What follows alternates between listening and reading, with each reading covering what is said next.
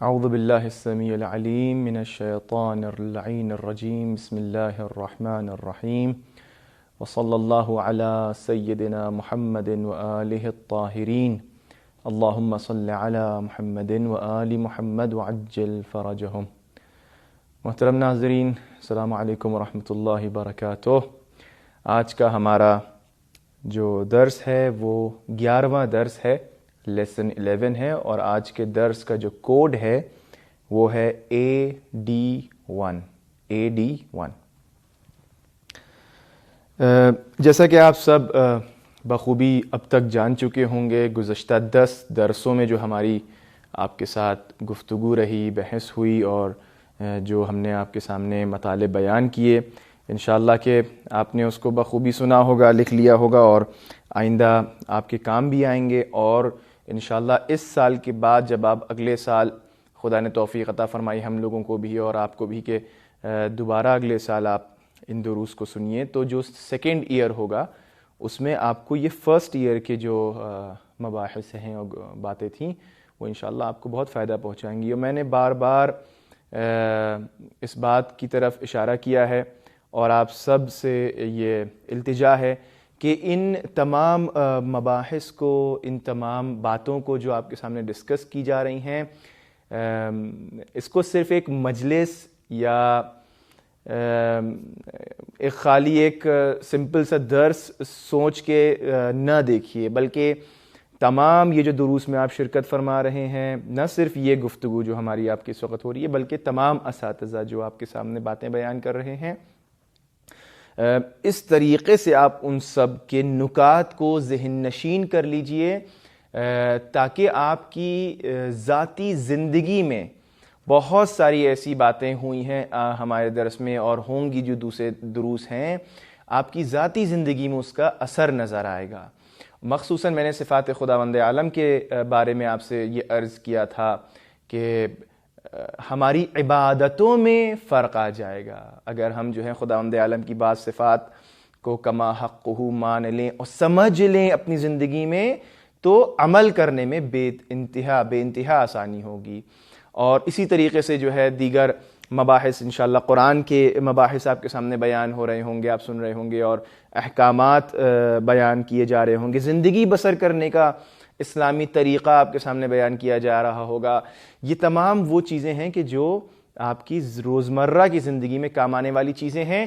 لہٰذا میری التجا ایک بار پھر آپ سب سے یہ ہے کہ یہ تمام باتیں ان کو صرف ایک درس سمجھ کر، نوٹ کر کے اور امتحان دے کر پاس آؤٹ کر کے صرف اسی حد تک اس کو محدود نہیں کریے گا، بلکہ کوشش کریے گا کہ آپ کے ذہنوں میں اتر جائے۔ میں نے عرض کیا اس کا بہترین طریقہ یہ ہے کہ وہ آپ کے دوست اور احباب، وہ آپ کے جاننے والے، وہ رشتہ دار کہ جو ان دروس میں شرکت نہیں کر سکے یا کسی بنا پر وہ ان کو یہ معلومات نہیں ہے، آپ کو لگتا ہے، تو بیٹھ کے آپ ڈسکس کریے گھر میں، یہ باتیں بیان ہوں، ہماری مجلسیں، ہماری محفلیں، ہماری نشستیں، ہماری میٹنگز اور گیدرنگز میں یہ باتیں کسی نہ کسی طریقے سے ڈسکس ہوں۔ آپ جب انٹریکٹ کیجئے گا، اپنی باتوں کو بیان کیجئے گا کہ بھائی ہم نے یہ سیکھا، فلاں نے آپ کو جواب دے گا اس نے یہ سیکھا، اور پھر اس تبادلِ خیال سے جب کوئی نیا سوال آپ کے ذہن میں آئے گا تو آپ سے عرض کیا گیا ہے کہ بالکل آپ سوال کریے۔ یہ جو کلاسز آن لائن ہو رہے ہیں اس کا مطلب یہ نہیں ہے کہ ہاں بہت ساری محدودیتیں ہیں، بہت ساری کمیاں ہیں، لمیٹیشنز ضرور ہیں، لیکن اس کا مطلب یہ نہیں ہے کہ آپ سوال نہیں کر سکتے۔ آپ کو سوال کرنے کا حق بھی ہے، اور آپ کو سوال کرنے کے جو راستے بتائے گئے ہیں بالکل پوچھئے گا۔ جو درس سے مربوط سوال ہو وہ بھی، اور جو درس سے مربوط اگر نہیں ہے وہ بھی آپ سوال کر سکتے ہیں، اور آپ کے سوالات کے جواب ممکن ہے ہم دیں، ممکن ہے کوئی اور استاد دے، لیکن یقیناً آپ کے سوال کا جواب آپ کو ملے گا. سوال پوچھنے سے پلیز نہ کترائیے گا. لہٰذا یہ کچھ باتیں تھیں، اور آج کا ہمارا آپ کا جو یہ سیشن ہے یہ آخری گفتگو ہے. لہٰذا ایک دفعہ ریکال کر لیں بہت جلدی سے تمام مطالب کو. سب سے پہلے ہم نے جو اپنی گفتگو کا آغاز کیا وہ یہاں سے شروع کیا تھا کہ انسان جب اس دنیا میں آیا ہے تو اس کو ایک قانون کی ضرورت ہے، اس کو بہترین نظام کی ضرورت ہے کہ جس کے تحت وہ اپنی زندگی بسر کر سکے. میں نے اس لیے آپ سے عرض کیا کہ خداوند عالم نے ایک بہترین نظام ہم کو بھیجا ہے، قواعد ہم کو عطا کیے ہیں، اور ہم نے ان قواعد کا نام دین رکھا ہے، ریلیجن. اور یہ تمام مباحث آپ کے سامنے عرض کیے کہ کس طرح ہم متوجہ ہوئے کہ ہمیں دین کی ضرورت ہے، کن وجوہات کی بنا پر ہم دین کو قبول کر رہے ہیں، کن وجوہات کی بنا پر ہم اس دین کو قبول کر رہے ہیں. یہ تمام چیزیں جو ہیں آپ کے سامنے الحمدللہ بیان ہو گئی. امید یہ ہے کہ بات واضح ہوئی ہوگی. اور پھر جب دین کو سمجھ گئے تو اب یہ بات آتی ہے کہ اب ہم کس خدا کی عبادت کریں. تو آپ کے سامنے معبود شناسی کے عنوان سے، معبود کو سمجھنے کے عنوان سے، پروردگار کو سمجھنے کے عنوان سے مباحث پیش کیے. اس میں صفات خداوند عالم کو بیان کیا گیا ہے، عدالت خداوند عالم کو بیان کیا گیا. اس کے بعد یہ سلسلہ جاری رہا یہاں تک کہ ہم نے نبوت کو آپ کے سامنے ڈسکس کیا، ضرورت انبیاء یہ کیا ہے، اس کا کیا معاملہ ہے، اس کی کیا ڈیفینیشن ہے، سب آپ کے سامنے بیان ہو گئی.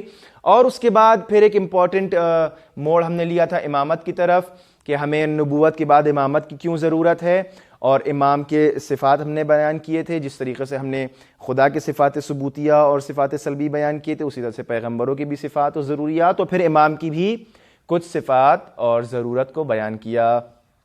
اور اس کے بعد ایک درس مخصوص ہم لوگوں نے رکھا کہ جس کے اندر ہم ائمہ کی صفات کو الگ سے ڈسکس کریں، ضرورت امام الگ سے اور صفات امام الگ سے.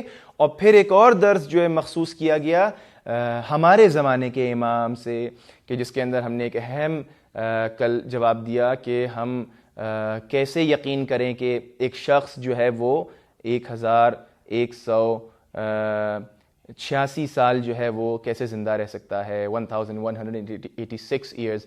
تو یہ تمام چیزیں آپ کے سامنے ڈسکس ہو گئی. آج کا آخری جو ماحصل اور نچوڑ ہے تمام مباحث کا، لہٰذا میں نے آپ سے کہا تھا آپ گنیے گا: توحید، عدل، نبوت، امامت اور معاد، قیامت جسے ہم کہتے ہیں قیامت. تو آج کا ہمارا آخری جو درس ہے، جو گفتگو ہے آپ سے، وہ معاد یعنی قیامت کے بارے میں ہے. معاد عربی میں کہتے ہیں، ہم لفظ معاد استعمال کریں گے، میم عین الف دال، معاد، جسے ہم لوگ اپنی اردو زبان میں ہم لوگ روزمرہ میں اس کو ہم قیامت کے نام سے ذکر کرتے ہیں. ایک بہت اہم نکتہ یہ ہے، اور ہم لفظ معاد استعمال کریں گے تاکہ آپ اس سے آشنا ہو، اور قرآن مجید میں بھی جو ہے چونکہ اسی طریقے سے الفاظ آئے ہیں، لہٰذا معاد اور قیامت دونوں ایک ہی چیزیں آپ ذہن میں رکھیے گا.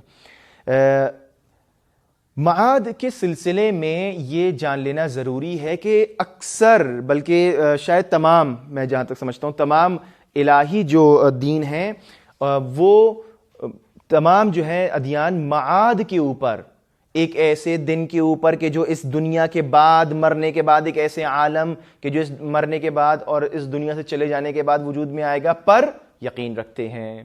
لہٰذا اسلام کا بھی ایک آئیڈیالوجی ہے اور ایک پرسپیکٹیو ہے معاد کے سلسلے میں، اور اس کے بارے میں ہم آپ کے سامنے آج مختصر سی گفتگو کریں گے، اور جو ممکن ہوا آپ کے سامنے اس کے اوپر آپ کے سلیبس کے عنوان سے اس پہ روشنی ڈالی جائے گی. اب دیکھیے معاد جو ہے اس کے اندر ایک بہت ہی امپورٹنٹ ایک پہلو ہے، آپ کو بتاتے چلیں. جب ہم کہتے ہیں معاد، تو معاد اس کے جو ہیں میننگ، اس کے روٹ ورڈز کیا کیا ہیں، اس کی میننگز کیا ہیں، بہت زیادہ ڈیپ میں نہیں جائیں گے. ہمیشہ کی طرح ڈیفائن جب ہم کرتے ہیں لفظ کو تو بہت زیادہ ہم گہرائی میں جا کر نہیں، تاکہ آپ کنفیوز نہ ہو. بس یہ جان لینا ضروری ہے کہ معاد میم عین الف دال عادہ یعودو سے نکلا ہے، عادہ یعودو سے. اور اس کے معمولاً تین امپورٹنٹ پوائنٹس جو ہیں اس کے بارے میں، تین امپورٹنٹ معنی جو ہے اس کے بارے میں ڈسکس ہوتے ہیں. ایک معنی ہے مصدری معنی ہے، یعنی پلٹنا، معاد یعنی پلٹنا. دوسرا معنی جو ہے، دوسری میننگ کیا ہے؟ معاد اس میں مکان کے معنی میں، یعنی وہ جگہ جہاں پلٹا جائے، جہاں واپس جایا جائے۔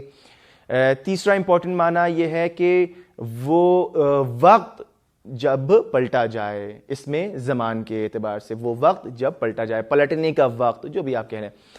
تو یہ 3 امپورٹنٹ معنی ہیں جو مسلسل آتے رہیں گے ہماری گفتگو میں۔ ایک اور اہم بات ذہن میں رکھیے گا، جب ہم یہ گفتگو کرتے ہیں معاد، پلٹنا، تو یہ پلٹنا کب واقع ہوتا ہے؟ یہ ایک امپورٹنٹ چیز ہے، یہ پلٹنا موت کے بعد ہوتا ہے، یعنی جسے ہم موت سے تعبیر کرتے ہیں، جسے ہم کہتے ہیں موت آ گئی، انتقال ہو گیا، دنیا سے رخصت ہو گئے، یہ جو معاد کا جسے کہا جائے زمانہ ہے، یہ اس حیات کا نام ہے جو اس دنیاوی حیات کے بعد شروع ہوگی۔ یعنی یہ حیات جب ہماری یہ والی زندگی ختم ہو جائے گی تو یقین رکھنا کہ اس زندگی کے بعد ایک اور زندگی ہے جسے ہم معاد کہتے ہیں۔ اب چاہے آپ اس کو پلٹنے کی جگہ کہیں، پلٹنا کہیں، پلٹنے کا وقت کہیں، جو بھی آپ اس کو تعبیر کرنا چاہیں، جو بھی آپ اس کو کہنا چاہیں۔ لہٰذا بہت ضروری ہے کہ ہم اس بات کو سمجھیں کہ جس چیز کو ہم معاد کہہ رہے ہیں اور وہ موت کے بعد وجود میں آئے گی، تو یہ کیفیت کیا ہے؟ ایک ہلکا سا اشارہ اگر انشاءاللہ ہوا تو اس کے اوپر ہم ڈسکس کریں گے کہ یہ جو موت ہے، در حقیقت ہم نے شروع میں آپ سے بیان کیا تھا کہ انسان مرکب ہے روح اور بدن، جی روح اور بدن سے، انسان بنا ہے روح سے اور بدن سے۔ جب روح اور بدن میں، اس مادی بدن میں اور اس روح میں جدائی ہو جائے، انفکاک ہو جائے، آپس میں الگ الگ ہو جائیں، تو اسے ہم کہتے ہیں موت۔ کوئی خوفناک، کوئی ڈرنے والی چیز نہیں ہے۔ انشاءاللہ ہم بیان کریں گے کیوں لوگ موت سے ڈرتے ہیں اور بھاگتے ہیں، 2 اہم وجوہات بیان کریں گے انشاءاللہ۔ لیکن یہ جان لینا ضروری ہے کہ جس کو ہم کہہ رہے ہیں موت، وہ کیا کیفیت ہے؟ بہت سادہ زبان میں وہ یہ کہ انسان کی یہ دنیا ختم، مادی دنیا ختم۔ کب ختم؟ جب اس مادی دنیا سے ہماری روح کا تعلق ختم ہو جائے، اسے ہم کہتے ہیں موت۔ یعنی جب ہم کہتے ہیں انتقال، وہ انتقال فرما گئے، یعنی کیا مطلب ہوتا ہے؟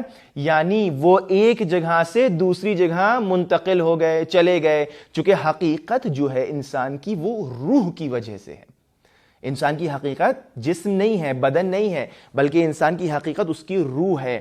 لہٰذا جب انسان کی روح اور اس کے بدن میں جدائی ہو جاتی ہے تو یہ صورت انتقال کہلاتی ہے، موت کہلاتی ہے، اور اس کے بعد ایک سلسلہ شروع ہوتا ہے جس کے مراحل آپ کے سامنے بیان کریں گے کہ ایک کیفیت ہے، اس کا نام ہے معاد، یہ وجود میں آتی ہے۔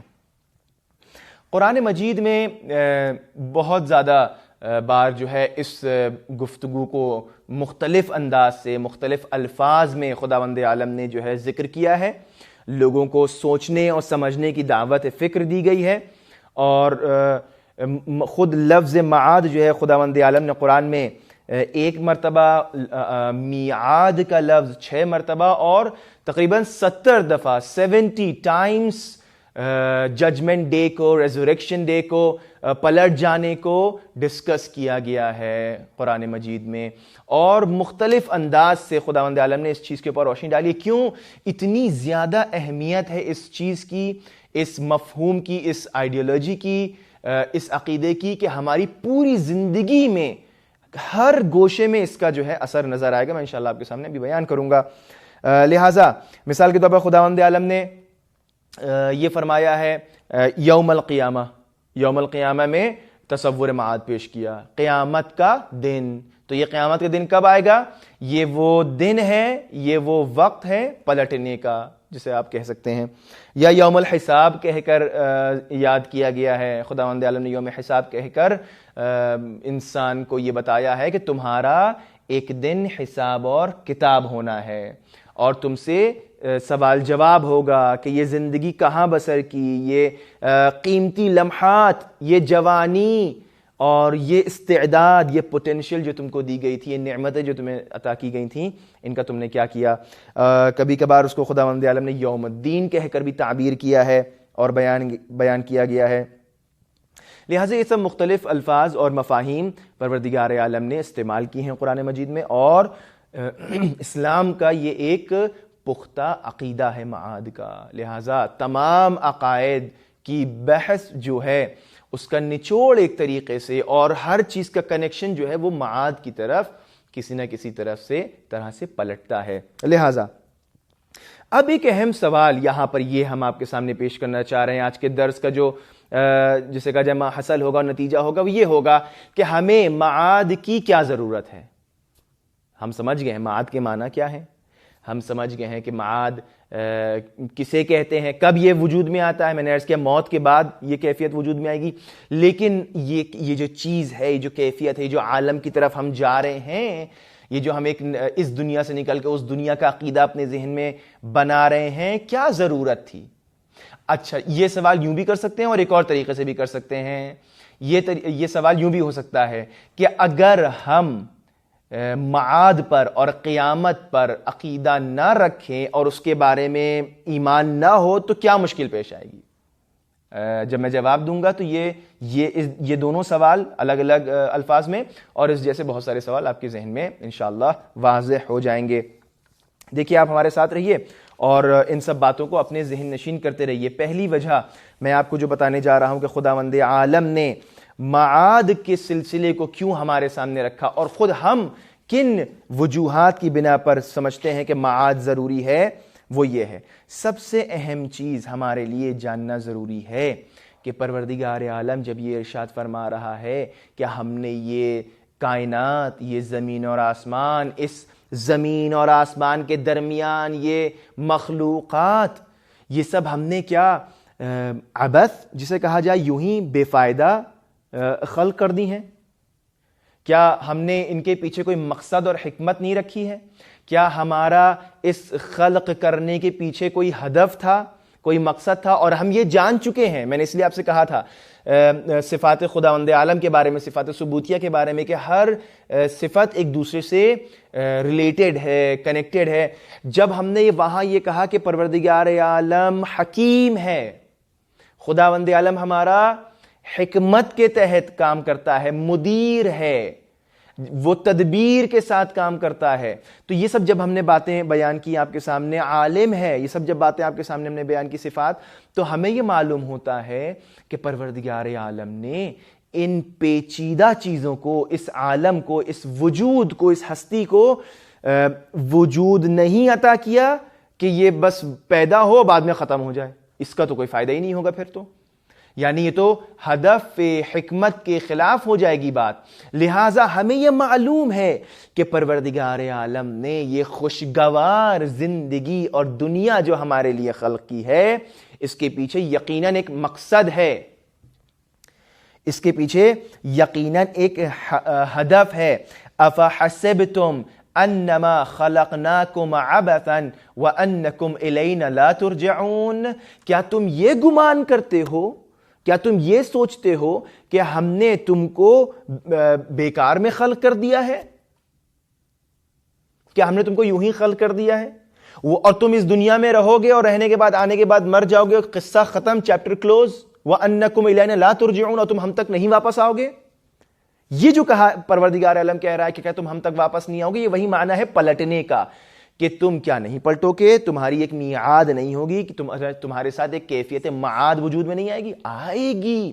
خداوند عالم یہ لمحہ فکریہ ہم سب کو دے رہا ہے کہ ہم سب سوچیں اس بارے میں کہ خداوند عالم نے جب اس کائنات کو، اس حسین کائنات کو ہم سب کے لیے خلق کیا تو یقیناً کسی مقصد کے تحت خلق کیا ہے، یقیناً بہت سارے اہداف ہیں اس کے پیچھے، معمولی بات نہیں ہے، میں آپ سے عرض کر رہا ہوں۔ لہٰذا پہلی اور اہم ترین ضرورت اور اہم ترین وجہ جو معاد کے سلسلے میں وہ یہ ہے کہ پروردگار عالم کے حکمت کا تقاضا یہ ہے، اس کی حکمت کا، اس کے علم کا، اس کی قدرت کا تقاضا یہ ہے کہ یہ جو کائنات اس نے خلق کی تھی یقینی طور پر یہ بیکار خلق نہیں کی گئی ہے، یہ کسی مقصد کے تحت خلق کی گئی ہے، اور وہ مقصد کب پورا ہوگا؟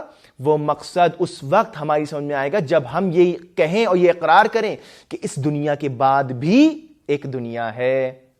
یعنی اس وقت تک ہم یہ بات نہیں کہہ سکتے، کیوں؟ کیونکہ جب ہم یہ کہہ رہے ہیں کہ اس نے ہمیں ایک مقصد کے لیے خلق کیا، میں نے آپ سے عرض کیا ہماری خلقت کا مقصد بھی اس نے ہم کو بتایا کہ ہمیں سعادت تک جانا ہے، ہمیں کمال تک جانا ہے، تو ہم یہ بھی تو ساتھ ساتھ محسوس کر رہے ہیں کہ اس دنیا میں رہ کر جو کمال ہم حاصل کرنا چاہتے ہیں وہ ہمیں نہیں مل پا رہا ہے۔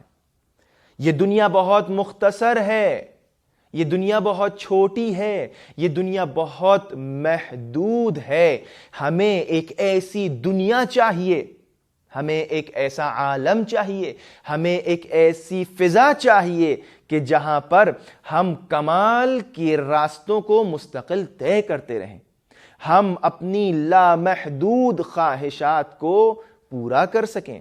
لہٰذا معاد ضروری ہے اور خداوند عالم کی حکمت کا یہ تقاضا ہے۔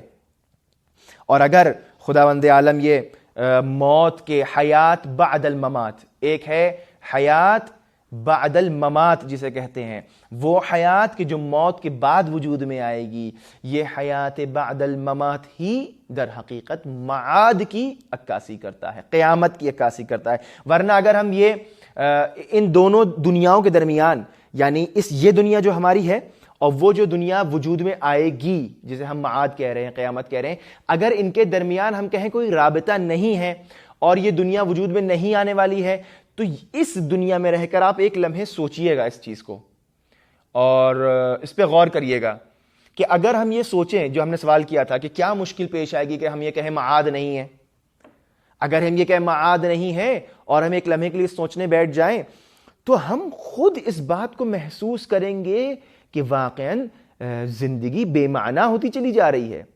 آج آپ میں ملکوں کے نام نہیں لوں گا، آپ آن لائن جائیے دیکھیے، آپ خودکشی کرنے والوں کے جو جسے کہا جائے حساب و کتاب ہے، جو نمبرز ہیں اور جو ڈیٹا موجود ہے اس کو دیکھیے، اور پھر جو علماء ہیں، دانشمند افراد ہیں، وہ لکھتے ہیں اس بات کو کہ انسان جب مایوس ہو جاتا ہے اور وہ اس دنیا کو حاصل کرنے کے چکر میں یہ سمجھ بیٹھتا ہے کہ اب کچھ نہیں رہا جو ہم حاصل کریں، تو اس کے سامنے دنیا اندھیری اس کو نظر آتی ہے۔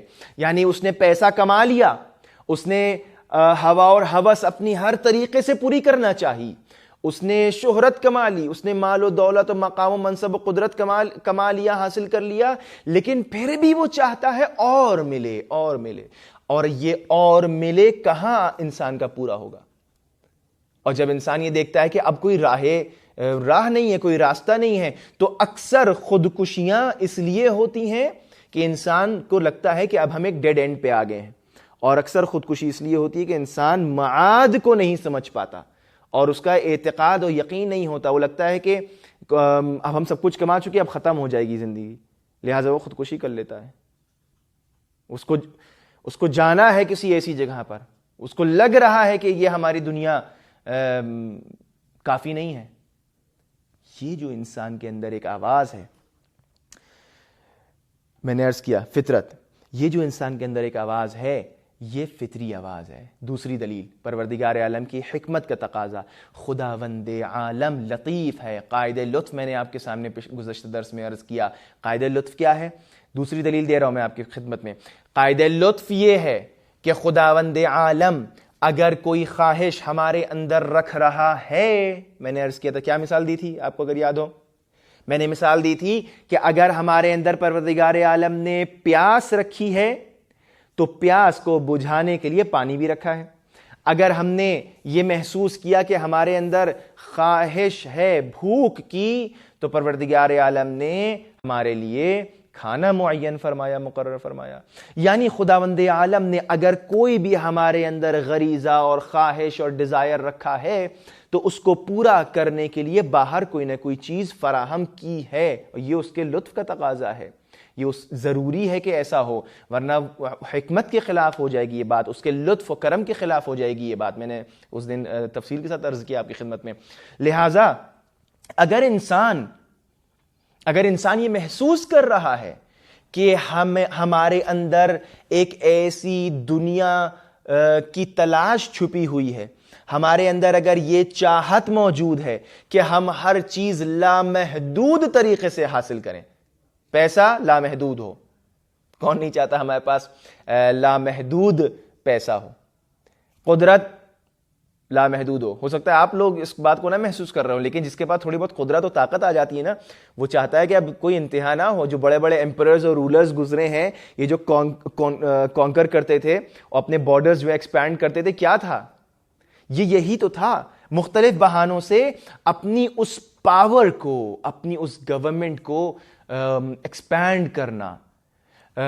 کسی کے پاس علم آ گیا تو وہ چاہتا ہے کہ ہمارے پاس علم بے پناہ ہو، ہم سے زیادہ بڑا عالم کوئی نہ ہو.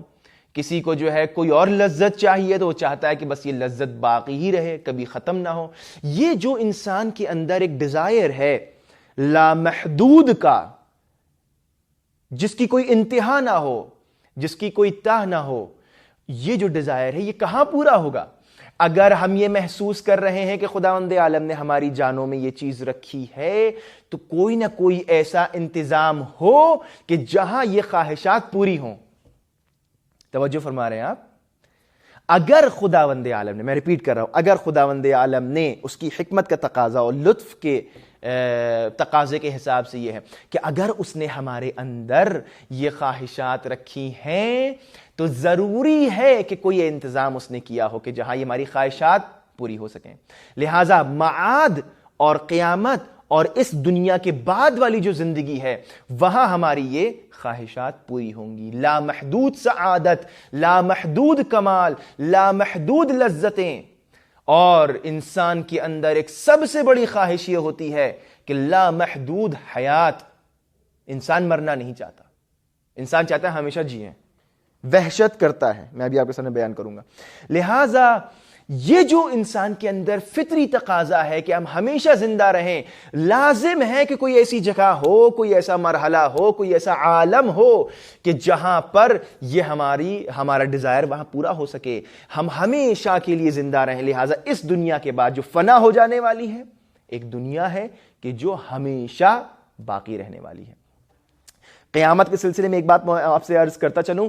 قیامت کے اور معاد کے ہونے اور ضرورت پر تو ہم اپنی عقلی دلیلیں اور فطری اور وجدانی باتوں کو بیان کر کے ثابت کر سکتے ہیں، اس کی ضرورت کو، اس کی حقانیت کو. لیکن قیامت کی کیفیت کو اور اس کے انداز کو، اس کی نوعیت کو ہم اپنی عقل سے نہیں سمجھ سکتے. لہٰذا ہمیں اس کی نوعیت، اگر آپ کے ذہن میں یہ بات آ رہی ہو تو اس کی نوعیت اور کیفیت جو ہے وہ فقط روایات اور آیات سے ہی ہماری سمجھ میں آئیں گی. لہٰذا ایک امپورٹنٹ دلیل آپ کے سامنے میں نے پیش کر دی کہ خداوند عالم کی حکمت کا یہ تقاضا ہے، پروردگار عالم کی حکمت کا یہ تقاضا ہے کہ وہ ایک ایسی دنیا خلق کرے کہ جہاں پر ہمارے جو ضروریات ہیں لامحدود وہ پوری ہو سکیں. پروردگار عالم نے ایک اور بہت اچھی صفت جو ہم نے پروردگار عالم کے بارے میں الگ سے ایک درس میں بیان کی تھی، وہ تھی عدالت کی. آپ یہ دیکھیے، ہم ایک سوسائٹی میں رہ رہے ہیں، بہت سارے لوگ ہیں جن کے پاس قدرت آ جاتی ہے، طاقت آ جاتی ہے، یا لوگوں کی جو میوچول انٹرسٹس ہیں وہ کانفلکٹ کرنے لگتے ہیں آپس میں، ان کے جو مفادات ہیں وہ ٹکرانے لگتے ہیں آپس میں، لڑائی و جھگڑا ہوتا ہے. اس کے نتیجے میں ایک آدمی دوسرے آدمی پہ ظلم کر بیٹھتا ہے. اب یہ ظلم کبھی کبھار حد سے سوا ہو جاتا ہے. تو اب احساس یہ ہوتا ہے، آپ خود اس بات کی جو ہے وہ گواہی دیں گے، کبھی کبھار احساس یہ ہوتا ہے کہ اس آدمی نے اتنا بڑا ظلم کیا ہے اور اس کو ایک دفعہ پھانسی دے دی گئی. کیا انصاف ہوا؟ یہ ایک آدمی اگر خدا نخواستہ 10 لوگوں کو قتل کر دے اور اس آدمی کو ایک دفعہ پھانسی ہو جائے تو ہر انسان یہ کہے گا یہ تو کافی نہیں ہوا، اس نے 10 کو مارا ہے اور خود ایک ہی موت مرا. اس طرح کی بہت سارے سوالات. اب آپ اسی کے مطابق بہت ساری مثالیں ڈھونڈتے چلے جائیے. مثال کے طور پر ایک آدمی ہے، اس نے بڑا اچھا کام کیا دنیا میں کوئی، اور اس کو دنیا والوں نے بلا کے ایک ریوارڈ دے دیا، ایک ایوارڈ دے دیا، ایک قیمت اس کی ادا کر دی. کیا حق ادا ہو گیا؟ کبھی کبھار احساس ہوتا ہے کہ نہیں، یہ جو خدمت انسان نے کی ہے اس کا ریوارڈ یہ نہیں تھا، یہ تو بس ایک چھوٹا سا اپریسیشن ہے کہ جو اس کے نسبت انجام دیا جا رہا ہے، بلکہ اس کو ایک واقعاً بہت بڑی جزا ملنا چاہیے. لہذا اسی لیے ہم کہتے ہیں ڈے آف ججمنٹ کہا جاتا ہے.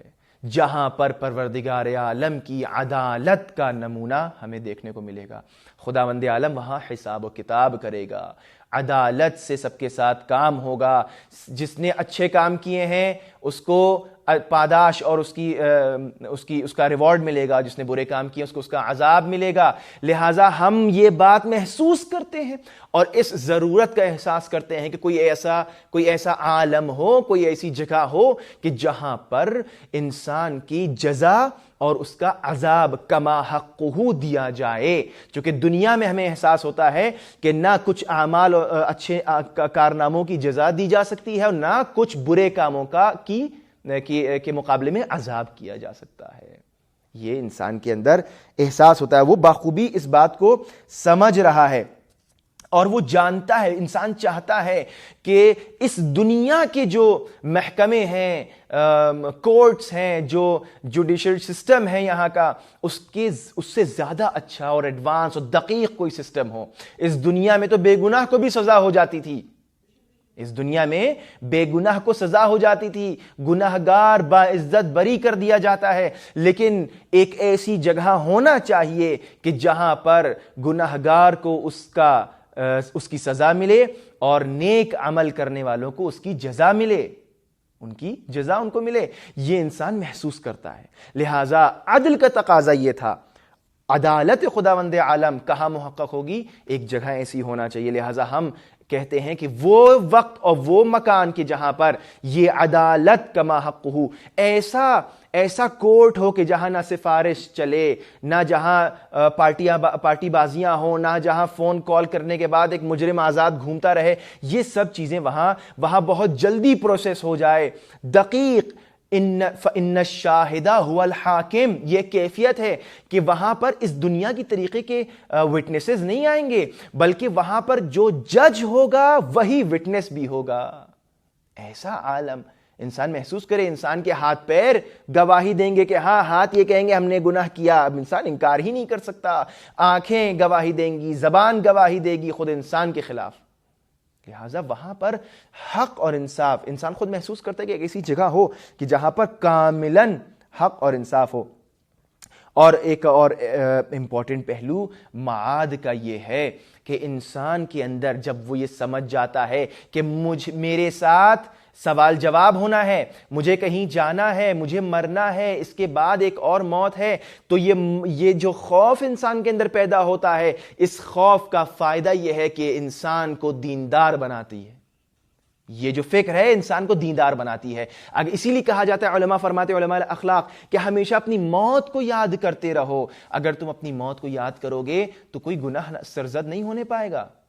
لہٰذا انسان موٹیویٹ ہوتا رہتا ہے، انسان سمجھ رہا ہے کہ اس کو اس دنیا کے بعد کہیں جانا ہے۔ لہٰذا اکثر آپ نے سنا ہوگا جب کوئی برا کام انجام دے رہا ہوتا ہے تو اس سے لوگ یہی کہتے ہیں کہ بھیا کچھ موت کا بھی خیال رکھو، یہ دنیا نہیں ہے، اس کے بعد مرنا بھی ہے۔ اس کا مطلب کیا ہوتا ہے؟ اس کا مطلب ہم موت یاد دلا رہے ہیں، اس کا مطلب یہ ہے کہ اس موت کو یاد کرنے میں کوئی فائدہ ہے اور وہ موٹیویشن۔ لہٰذا یہ 4-5 چیزیں، حکمت، انسان کا فطری تقاضا کہ کوئی ایسی جگہ ہو، عدالت خداوند عالم، اور یہ جو آثار ہیں معاد کے کہ انسان بہترین طریقے سے سمجھ رہا ہے، تشخیص دے رہا ہے کہ صرف ایک ایسی جگہ ہے کہ جہاں پر جانے کے بعد ہماری حیات کا مقصد کما حقہ پورا ہوگا۔ یہ تمام وہ چیزیں ہیں، وہ شرائط ہیں، وہ کنڈیشنز ہیں جو معاد کے لیے بے حد ضروری ہیں۔ اب یہ جو کیفیت معاد ہے اور یہ جو ہمارے سامنے ہم نے عرض کیا تھا موت کا سلسلہ ہے، میں یہ بتاتا چلوں، میں نے چونکہ وعدہ کیا تھا شروع میں، موت جو ہے، انسان کیوں ڈرتا ہے موت سے؟ واقعاً سوال ہے۔ 2 وجوہات علماء بیان کرتے ہیں موت سے ڈرنے کی، 2 اہم وجوہات ہیں۔ ایک تو یہ ہے کہ انسان خود سمجھتا نہیں، معرفت نہیں ہے کہ موت یعنی کیا۔ موت کو انسان اگر فنا سمجھے، نابودی سمجھے، عدم سمجھے تو یقیناً ڈر و خوف ہے۔ اگر انسان تنہائی میں اندھیرے کمرے میں چھوڑ دیا جائے، آنکھیں بند کر کے بیٹھے، تو بہت دیر کے بعد جب اس کو اندھیرا محسوس ہوگا، اپنے آپ کو خود اس کو وحشت سی محسوس ہونے لگے گی۔ ایک اندھیرے کمرے میں تنہا رہ کر انسان جب کچھ اب محسوس کرتا ہے کچھ نہیں ہے میرے اطراف میں، تو اس کو ایک ڈر و خوف محسوس ہوتا ہے۔ یہ جو انسان کے اندر فنا کا تصور ہے کہ ہم مٹ جائیں گے، ختم ہو جائیں گے، کچھ نہیں، یہ انسان کے اندر خوف پیدا کرتا ہے۔ لہٰذا انسان ڈرتا ہے، انسان نہیں سمجھتا جب موت کی حقیقی معرفت نہیں ہوگی تو انسان موت سے ڈرے گا۔ انسان اکثر دشمن ہوتا ہے اس چیز کا کہ جو اس کو نہیں معلوم ہوتی ہے۔ تو یہ جو سب پہلی کیفیت ہے موت سے ڈر کی، وہ یہ ہے کہ انسان موت کی معرفت نہیں رکھتا۔ دوسری اہم وجہ علماء فرماتے ہیں وہ یہ کہ انسان موت سے اس لیے ڈرتا ہے اور بھاگتا ہے اور انکار کر دیتا ہے کبھی کبھار، اس کی اہم وجہ یہ ہے کہ انسان اپنے نامہ اعمال سے شرمندہ ہے۔ انسان کو معلوم ہے کہ اس نے کیا کیا ہے۔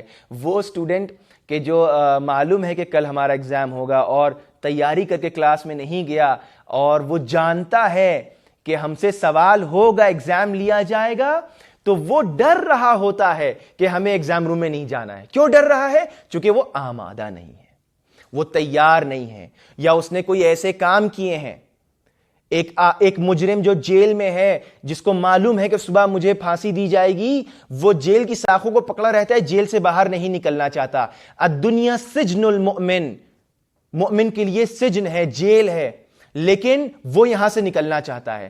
ایک گناہگار وہ یہاں سے نہیں نکلنا چاہتا، کیوں؟ چونکہ اس کو معلوم ہے، گناہگار کو اس دنیا میں کیا ہوتا ہے، گناہگار کو معلوم ہے کہ جب ہم جیل سے نکالے جائیں گے تو ہم پھانسی پہ چڑھا دیے جائیں گے، اور ہم نے کام ایسے کیے ہیں۔ لہٰذا کچھ لوگ اس دنیا میں رہنا چاہتے ہیں، وہ اپنے نامہ اعمال سے ڈرتے ہیں، اور کچھ لوگ اس دنیا سے جانا چاہتے ہیں، وہ دیکھنا چاہتے ہیں کہ ہمارے اعمال کتنے اچھے تھے، ہم کو اس کی جلد از جلد جزا ملے۔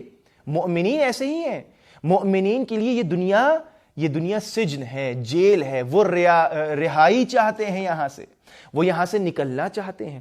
لہٰذا یہ جو دو اہم وجوہات آپ کے سامنے اشارتاً بیان کی، اس پہ غور و فکر کرنے کی ضرورت ہے۔ اب یہ جو معاد اور یہ جو موت ہے، یہ کچھ مراحل میں بیان ہوتی ہے، اس کی ڈیٹیل میں ہمیں نہیں جانا ہے۔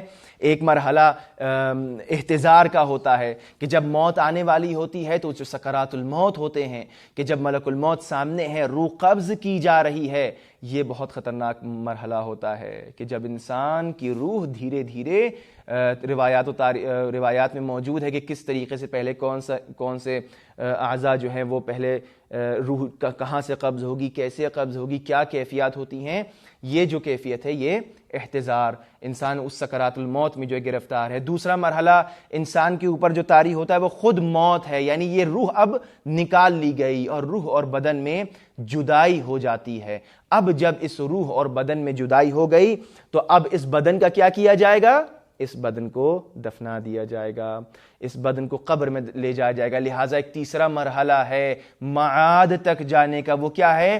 وہ مرحلہ قبر ہے۔ بہت یہ تمام چیزیں میں فہرست وار آپ کے سامنے گنوا رہا ہوں، لیکن انشاءاللہ درس اخلاق میں یا خود آپ اس کے اوپر سن چکے ہوں گے، اور بارہا اس کو سنتے رہیے تاکہ انسان متذکر ہوتا رہے۔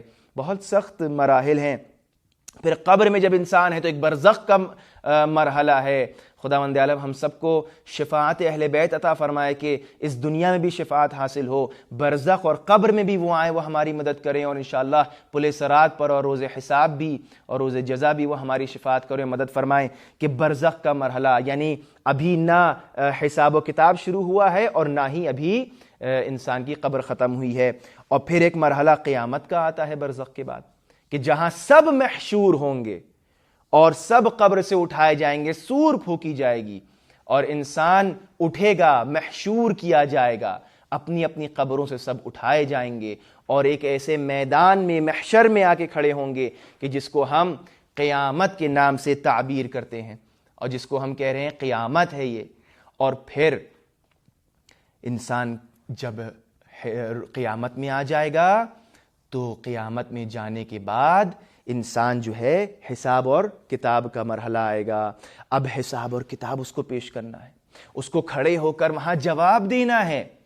یہ مرحلہ ہے معاد کا، یہ مراحل ہے معاد کے، جہاں پر اس کو کیا اس نے کیا، کیا کمایا، کہاں گوایا، کہاں لگائی اپنی زندگی۔